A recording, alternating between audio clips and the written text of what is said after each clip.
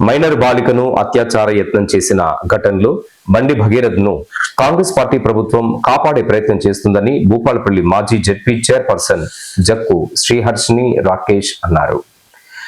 సోమవారం మంత్రి పట్టణంలోని రాజగృహలో ఏర్పాటు చేసిన మీడియా సమావేశంలో ఆమె మాట్లాడుతూ బీజేపీ పార్టీ రాష్ట్ర నాయకుడు కేంద్ర సహాయక మంత్రి బండి సంజయ్ కుమారుడు కావడంతోనే ఈ కేసును నీరుగార్చే ప్రయత్నాలు జరుగుతున్నాయని, ఈ కేసు విషయంలో కాంగ్రెస్ బీజేపీలు ఒకటై మహిళలకు తీరని అన్యాయం చేస్తున్నారని ఆమె ఆగ్రహం వ్యక్తం చేశారు.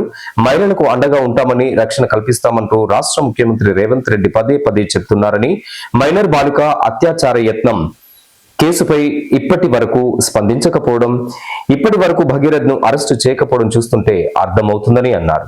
సీఎం మహిళా లోకానికి క్షమాపణ చెప్పాలని ఆమె డిమాండ్ చేశారు. సీఎం రేవంత్ రెడ్డి, కేంద్ర సహాయ మంత్రి బండి సంజయ్ ఇద్దరు కలిసి మైనర్ బాలిక కుటుంబాన్ని నాశనం చేయాలని చూస్తున్నారన్నారు. ఈ కేసులో బండి భగీరథ్ను వెంటనే పోలీసులు అరెస్టు చేసి చట్టపరమైనటువంటి చర్యలు తీసుకోవాలని డిమాండ్ చేశారు. భగీరథ్ను అరెస్టు చేయకుంటే బీఆర్ఎస్ పార్టీ తరఫున మహిళలంతా ఏకమై పెద్ద ఎత్తున ఆందోళన కార్యక్రమాలు చేపడతామని హెచ్చరించారు.